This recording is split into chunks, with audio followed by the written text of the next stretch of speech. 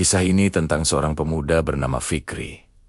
Sudah 2 tahun ia berjuang mencari pekerjaan. Setiap pagi, ia berangkat dengan semangat penuh, membawa tumpukan harapan di dalam tasnya. Namun, setiap sore, langkahnya terasa semakin berat saat ia pulang tanpa membawa kabar baik. Email lamaran kerja yang ia kirimkan seolah hilang di telan bumi.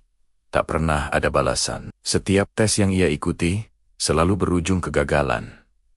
Dan wawancara, jangankan diterima, untuk panggilan tahap selanjutnya pun tak pernah ia dapatkan. Seiring berjalannya waktu, Fikri mulai merasa cemas setiap kali ada ajakan berkumpul dari teman-temannya. Ia mulai menghindar. Dalam setiap pertemuan, teman-temannya akan saling berbagi cerita tentang pekerjaan baru mereka, tentang kenaikan gaji, atau betapa nyamannya kantor mereka. Fikri hanya bisa memaksakan senyum, padahal di dalam hatinya terasa hancur berkeping-keping. Ia merasa tertinggal jauh di belakang. Malam-malamnya sering ia habiskan seorang diri di kamar, menatap lembaran CV yang sudah puluhan kali ia perbaiki. Kadang ia berdiri di depan cermin, menatap pantulan dirinya sendiri, dan bertanya dalam hati, apa aku memang tidak cukup bagus? Apa aku memang ditakdirkan untuk gagal selamanya? Perasaan itu bukan iri.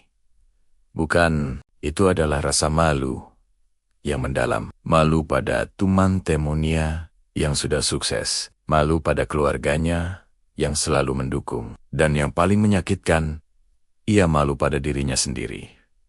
Hingga pada suatu malam, Fikri mencapai titik terendahnya. Rasa lelah dan putus asa menyelimuti seluruh tubuhnya. Ia terduduk di lantai kamarnya yang dingin, menyembunyikan wajahnya di antara kedua telapak tangannya. Air matanya mulai jatuh, satu persatu membasahi lantai. Di tengah isak tangisnya yang tertahan, dengan suara yang begitu lirih dan bergetar, ia berbisik, "Ya Allah, aku sudah berusaha sekuat tenagaku. Jika memang ini belum saatnya, tolong kuatkan aku untuk terus berjalan. Jika ada jalan lain yang lebih baik untukku, tolong tunjukkanlah jalannya." Malam itu, di saat hatinya paling hancur, justru lahir sebuah doa yang paling tulus dan paling jujur yang pernah ia panjatkan.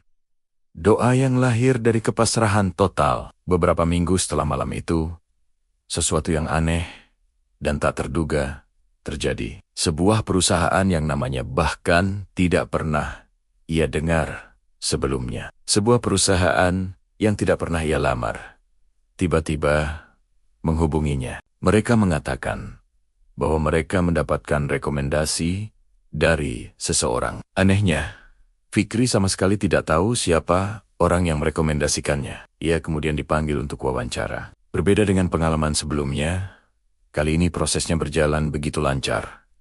Dan tak lama kemudian, kabar baik itu datang. Ia diterima bekerja. Yang lebih mengejutkan lagi, posisi dan gaji yang ditawarkan jauh lebih tinggi, jauh lebih baik daripada semua tempat yang pernah menolaknya dulu. Di hari pertama ia bekerja, Fikri duduk di meja barunya. Ruangan kantornya begitu luas, bersih, dan nyaman. Di atas mejanya tergeletak sebuah kartu kecil dengan tulisan tangan yang rapi. Bunyinya, "Selamat datang Fikri.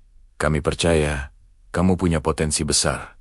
Membaca tulisan itu, air matanya jatuh lagi. Namun kali ini, bukan air mata kesedihan atau keputusasaan. Ini adalah air mata haru, air mata syukur yang tak terhingga. Ia tersenyum, senyum yang tulus dari lubuk hatinya, dan berbisik pelan pada dirinya sendiri, "Ya Allah, ternyata Engkau tidak pernah menolak doaku. Engkau hanya menundanya sejenak, supaya Engkau bisa memberiku sesuatu yang jauh lebih tinggi dari apa yang pernah aku minta." Dan pada hari itu, Fikri benar-benar memahami sebuah pelajaran berharga, bahwa penolakan dari manusia bukanlah akhir dari segalanya. Terkadang, itu adalah cara Tuhan untuk mengarahkan kita, untuk membelokkan jalan kita menuju sebuah tempat yang lebih baik. Tempat yang pada akhirnya akan mengangkat derajat kita jauh lebih tinggi. Jika kamu sedang merasa di titik terendah, ingatlah kisah Fikri.